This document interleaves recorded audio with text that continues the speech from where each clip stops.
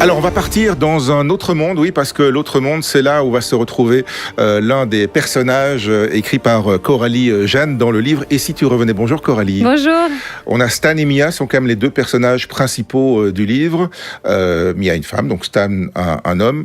Lui va décéder. Et elle, évidemment, elle veut tout faire pour le récupérer, quoi. C'est ça, c'est une histoire d'amour. C'est le pitch très rapide de l'histoire. Ouais, c'est le pitch très rapide. Ouais.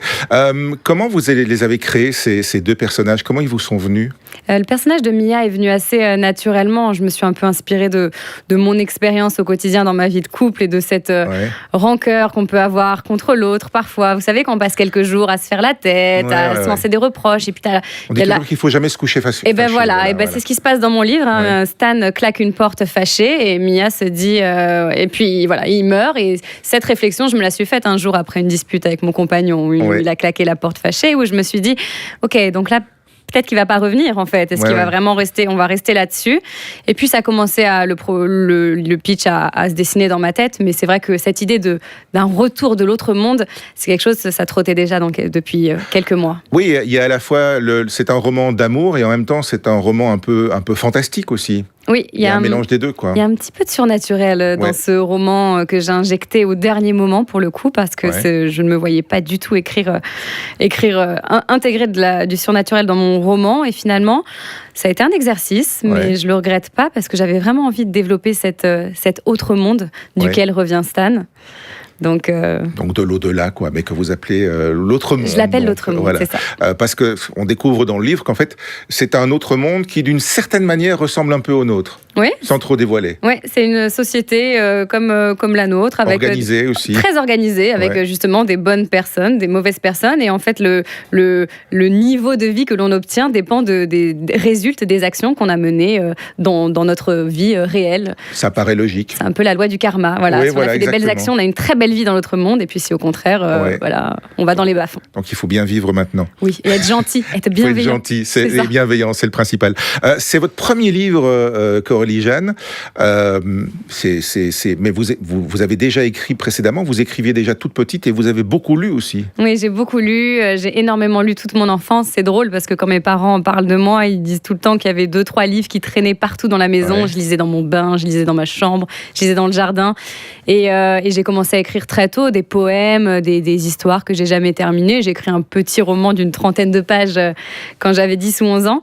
Et c'est mon premier roman, mon tout premier roman, mon premier manuscrit que j'envoie à une maison d'édition. Comment est-ce qu'à un moment donné, on fait la démarche de se dire, bon ben voilà, je vais écrire une histoire, je vais la développer, je vais faire, je sais pas, 350 pages, je crois, et puis la proposer à une maison d'édition, je vais être prise, je vais être publiée. Incroyable. Ce qui est fou. C'est une aventure, non? Ouais, c'est une vraie aventure. Et puis ce qui est magnifique, c'est que c'est mon rêve, en fait. C'est mon rêve d'enfant. J'ai toujours dit depuis que je suis petite, un jour, j'écrirai des romans, je vivrai de mes romans. Et mon frère se moquait un peu de moi, me disait oui, bien sûr, on en reparle. et puis voilà, j'ai travaillé. Et puis il y a un moment de ma vie où je me suis dit non, c'est maintenant. Il faut que je termine cette histoire. Je tiens quelque chose. Je suis à fond dedans.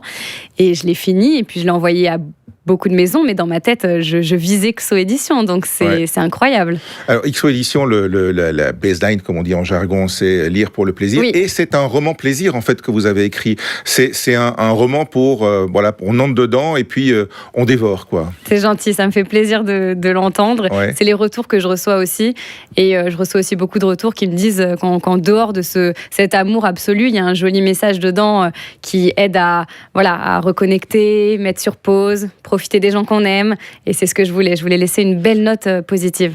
Et surtout par rapport au tout début du livre, où on s'attend peut-être à catégoriser les deux personnages principaux, un bon, un moins bon. En fait, il ne faut pas s'arrêter aux apparences aussi, il faut creuser un peu derrière. C'est ça, il faut creuser. C'est ça aussi que ça dit. Oui, et voir que derrière chacun, on a tous en nous une part une part sombre, et une part lumineuse, et qu'il y a un moment, on peut tous, à un moment de notre vie, nous dire, ok, là j'ai merdé, j'ai fait une bêtise, je peux me reprendre, je peux corriger les erreurs du passé, je peux devenir une meilleure personne, une meilleure femme, une meilleure maman, une meilleure... tout est possible.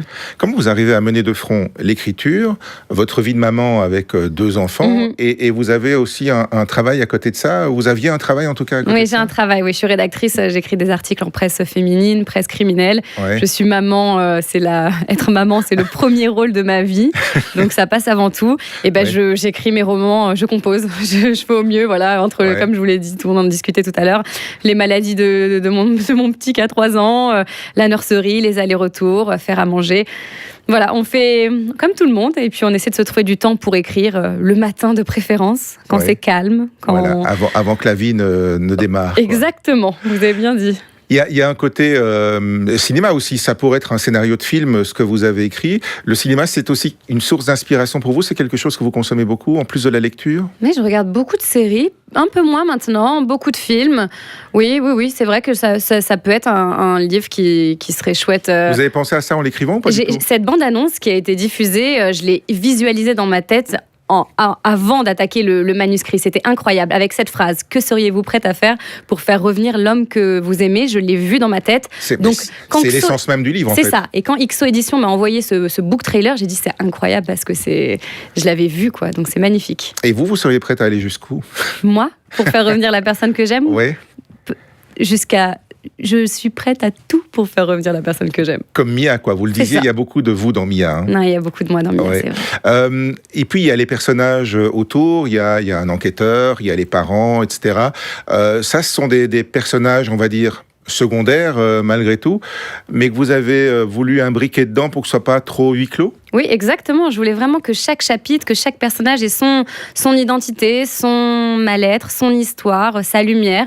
Et j'ai pris le temps pour que vraiment chaque chapitre soit comme vous rentrez dans une maison et chaque pièce a sa propre décoration. Et c'est vraiment ça que j'ai voulu pour que le lecteur soit pris et dévore le livre, comme vous l'avez dit. Et c'est chouette. Justement, vous parlez de décor. Il y a notre monde et puis il y a l'autre monde. Moi, je me suis dit en le lisant, tiens, c'est marrant parce que cette vision de l'autre monde est pas très européenne, elle est un peu américaine, comme on l'a vu parfois au cinéma.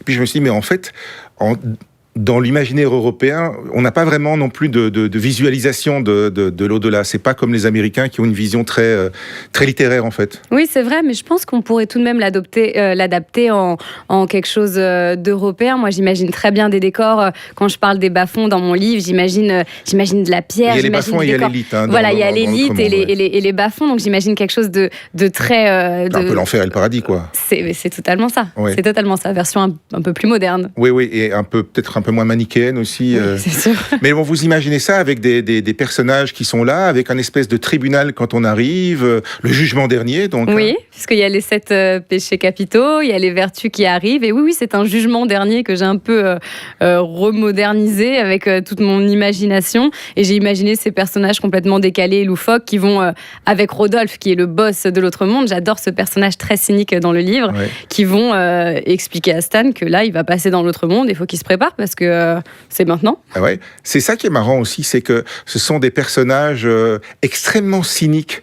On a presque l'impression que Rodolphe, dont vous venez de parler, c'est pas Dieu, c'est le diable. Alors, au début du livre, on a cette impression, et c'est pour ça qu'en arrivant dans les dernières pages, Rodolphe a un chapitre à lui où on comprend pourquoi il est si cynique, et on comprend quand même qu'il a une part d'humanité, et qu'il est quand même touché par cette histoire d'amour, et il le rappelle tout au long du livre. Voilà, c'est une belle histoire. Tous les deux. Voilà, il dit c'est une belle histoire d'amour, et on comprend vers la fin du livre pourquoi Rodolphe a ce comportement. Bien, il faut aller jusqu'à la fin du livre, alors voilà, et il faut déjà le commencer. Ça s'appelle donc « Et si tu revenais ?» C'est signé Coralie Jeanne, c'est chez XO Édition. Merci Coralie. Merci à vous.